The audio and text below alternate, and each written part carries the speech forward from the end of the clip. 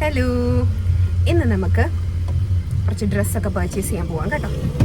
അവൾക്കുട്ടന് ഭയങ്കര ഇഷ്ടമാണ് dress purchase ചെയ്യാൻ വരാൻ അല്ലേ.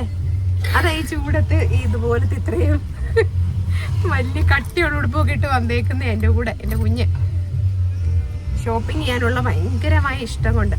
നമ്മൾ നേരെ എറണാകുളത്തോട്ടാണ് പോകുന്നത്. എവിടെയാണ് പോകുന്നത്? പോത്തീസിലാണോ? അങ്ങനെ ഞങ്ങൾ പോത്തീസ് ഫൈനലൈസ് ചെയ്ത് നമ്മൾ വീട്ടിൽ നിന്ന് പുറപ്പെട്ടു.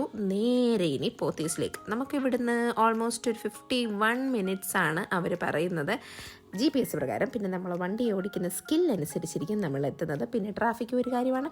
അങ്ങനെ ഞങ്ങൾ സേഫ് നമ്മൾ ഡെസ്റ്റിനേഷനിൽ എത്തിയിരിക്കുന്നു. നമ്മൾ പോത്തീസിൽ എത്തിയിരിക്കുന്നു. നമുക്ക് നേരെ പോത്തീസിലേക്ക് പോവാം. Thank God. Thank you.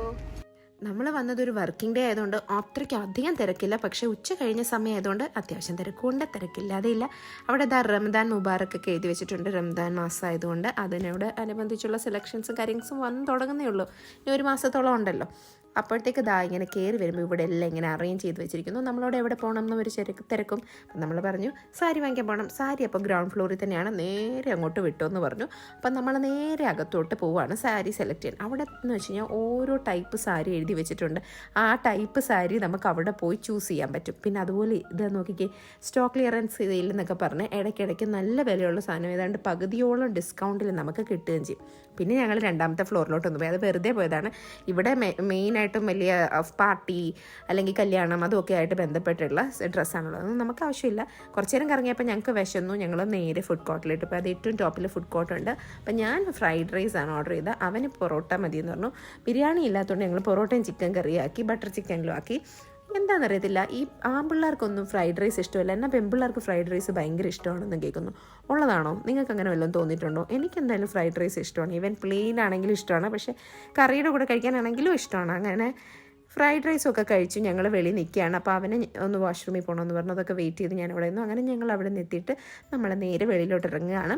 അപ്പോൾ ആ ഫ്ലോറിൽ തന്നെ കുറേ സാധനങ്ങൾ നമുക്ക് കാണാനില്ല, വാങ്ങിക്കാനുണ്ട്. നമ്മളൊക്കെ കാണും, ആവശ്യമുള്ളവർ വാങ്ങിക്കും.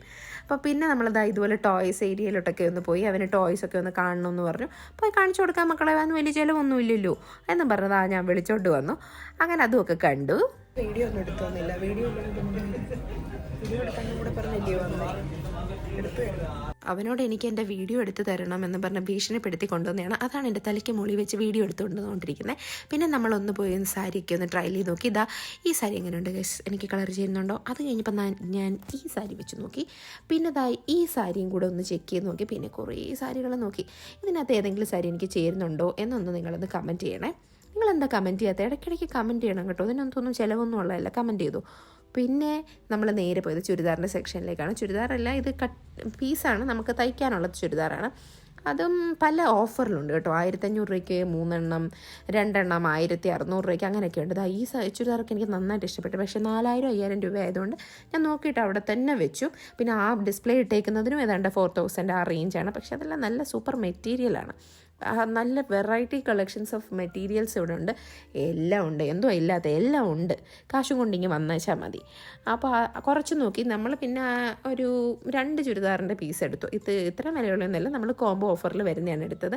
ഇതിനൊക്കെ ഏതാണ്ട് 1000 rupees അത്രയൊക്കെ ഉള്ളൂ അതിൻ്റെ വില. പക്ഷേ നല്ല രീതിയിൽ വർക്കൊക്കെ ചെയ്തിട്ടുള്ള നല്ല മെറ്റീരിയൽ. ഇതിന് 30% ഡിസ്കൗണ്ട് എന്ന് പറഞ്ഞ് നോക്കിയതാണ്. പക്ഷേ അതിന് 4000 രൂപയ്ക്ക് മുകളിലാണ്. അതിൻ്റെ 30% ഡിസ്കൗണ്ട് കിട്ടുന്നത്. പിന്നെ ഞങ്ങൾ ഫസ്റ്റ് ഫ്ലോറിൽ വന്ന് ഞങ്ങളുടെ സാധനം കിട്ടാൻ കുറച്ച് ലേറ്റ് ആവുന്നുണ്ടായിരുന്നു. അപ്പോൾ അവർ നമ്മളോട് അവിടെ വെയിറ്റ് ചെയ്തോളാൻ പറഞ്ഞു. അവിടെ വെയിറ്റ് ചെയ്യാൻ പറഞ്ഞ സമയത്ത് ഞാൻ ഫോണും കൊണ്ടുപോയി. അവർ പ്രത്യേകം പറഞ്ഞിട്ടുണ്ട് ഫോൺ ഉപയോഗിക്കരുത്, ഇവിടെ ഇവരുടെ ക്യാമറ എടുത്ത് ഷൂട്ട് ചെയ്യാൻ പാടില്ല എന്ന് പറഞ്ഞിട്ടുണ്ട്. പക്ഷേ അവരാണല്ലോ നമ്മളവിടെ വെയിറ്റ് ചെയ്യാൻ പറഞ്ഞത്. അപ്പോൾ പിന്നെ ഒന്നും പറയാനില്ല. പിന്നെ നമ്മൾ ഇറങ്ങിയപ്പോൾ തന്നെ ഇതുപോലൊരു ട്രക്ക് വരുമല്ലോ, അവർ നമ്മളെ വിളിച്ച് കയറ്റി നിങ്ങൾ വെയിറ്റും കൊണ്ട് നടന്ന് പോകണ്ട, നിങ്ങളുടെ കാറിൻ്റെ അടുത്ത് കൊണ്ടുവിടാം. അപ്പോൾ ശരി, എന്നാൽ ടാറ്റാ ബൈ.